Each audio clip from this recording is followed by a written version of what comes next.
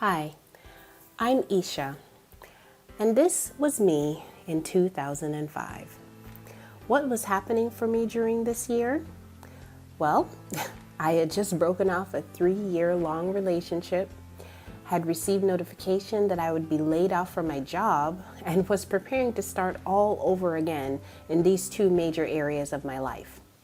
So what did I do first? Some of you might say, of course you started looking for a new job. Oh my gosh, did you complete a new online dating profile or go out there and meet as many people as you could? But what I actually did was even deeper than that. I decided to look inside my head and see what was going on in there.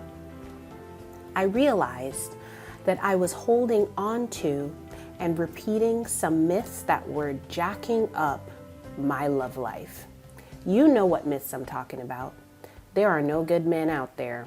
Girl, I have more of a chance of getting hit by a bus than getting married. I'm too independent, harsh, or insert word here, as I like to say, for someone to love me. Whatever that word is, just insert it in there. These were just a few of the myths that were holding me back from love. And in order for me to find love, I had to get rid of these myths first, and that's what I did. So the rest of 2005, after I released and rejected all of those myths that were rattling around in my head, men seemingly came out of nowhere, and I started dating. And then in 2006, I met my now husband. Coincidence? I think not.